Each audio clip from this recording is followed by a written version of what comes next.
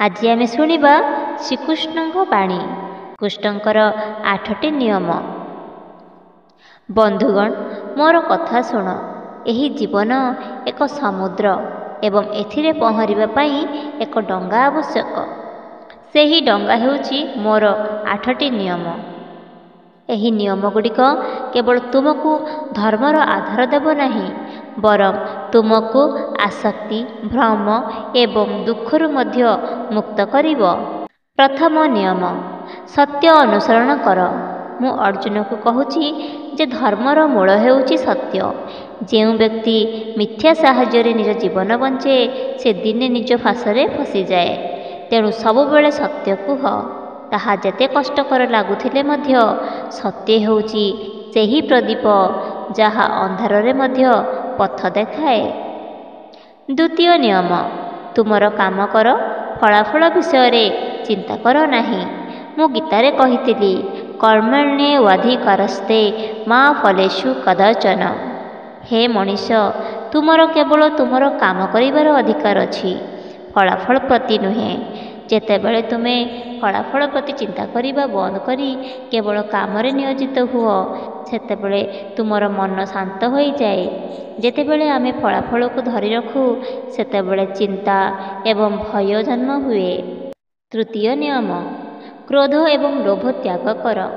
କ୍ରୋଧ ତୁମର ବିବେକକୁ ଜାଳିଦିଏ ଏବଂ ଲୋଭ ତୁମକୁ ପାପ ଆଡ଼କୁ ଟାଣିନିଏ। ଯିଏ ଶବ୍ଦ କିମ୍ବା ହାତ ଦ୍ୱାରା କ୍ରୋଧରେ କାହାକୁ ଆଘାତ କରେ, ସେ ନିଜ ପୁଣ୍ୟକୁ ନଷ୍ଟ କରିଦିଏ। ଲୋଭ ହେଉଛି ସେହି କୂଅ ଯେଉଁଥିରେ ଆତ୍ମା ପଡ଼ି ବାରମ୍ବାର ଜନ୍ମ ଏବଂ ମୃତ୍ୟୁର ବନ୍ଧନରେ ଫସିଯାଏ। ଚତୁର୍ଥ ନିୟମ, ଭକ୍ତି ଏବଂ ବିଶ୍ୱାସ ସହିତ ବଞ୍ଚନ୍ତୁ।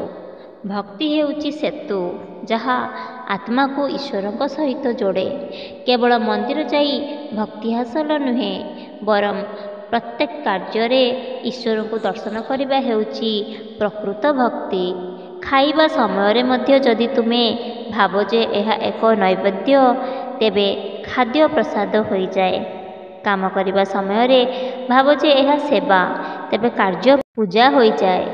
ପଞ୍ଚମ ନିୟମ, କ୍ଷମା ଗ୍ରହଣ କର। ଯେଉଁ କ୍ଷମା କରେ ସେ ମହାନ।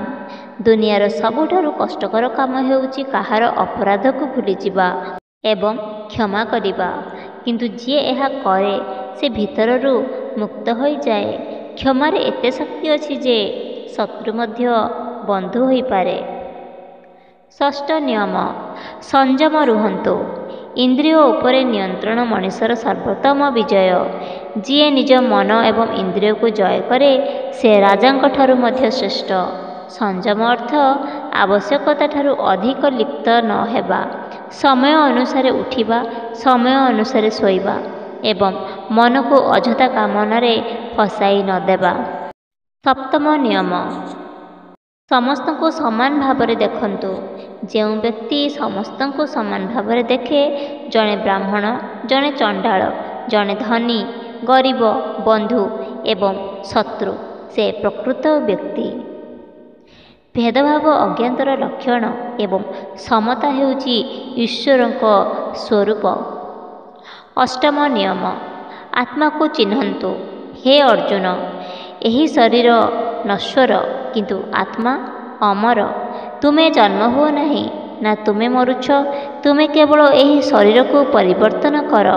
ଯେପରି ଜଣେ ବ୍ୟକ୍ତି ପୁରୁଣା ପୋଷାକ ପରିତ୍ୟାଗ କରି ନୂତନ ପୋଷାକ ପିନ୍ଧିଥାଏ। ଯିଏ ଆତ୍ମାକୁ ଜାଣେ, ତାର ସମସ୍ତ ଭୟ ଉଭେଇଯାଏ। ଶେଷ କଥା, ଯଦି ତୁମେ ଏହି 8ଟି ନିୟମ ପାଳନ କର, ତେବେ ତୁମର ଜୀବନ ସଫଳ ହେବ। ତୁମେ ଆନନ୍ଦ ଏବଂ ଦୁଃଖରେ ସମାନ ରହିବ, ଭୟ ଏବଂ ଆସକ୍ତିରୁ ମୁକ୍ତ ରହିବ ଏବଂ ଦୁନିଆର ଭିଡ଼ରେ ମଧ୍ୟ ଶାନ୍ତି ଅନୁଭବ କରିବ। ଏହି ନିୟମଗୁଡ଼ିକ ଶୁଣିବା ପାଇଁ ନୁହେଁ, ବରଂ ବଞ୍ଚିବା ପାଇଁ। ତୁମେ ମୋତେ ଅନୁଭବ କରିବ ଯେତେବେଳେ ତୁମେ ସେଗୁଡ଼ିକୁ ଅଭ୍ୟାସରେ ଲଗାଇବ।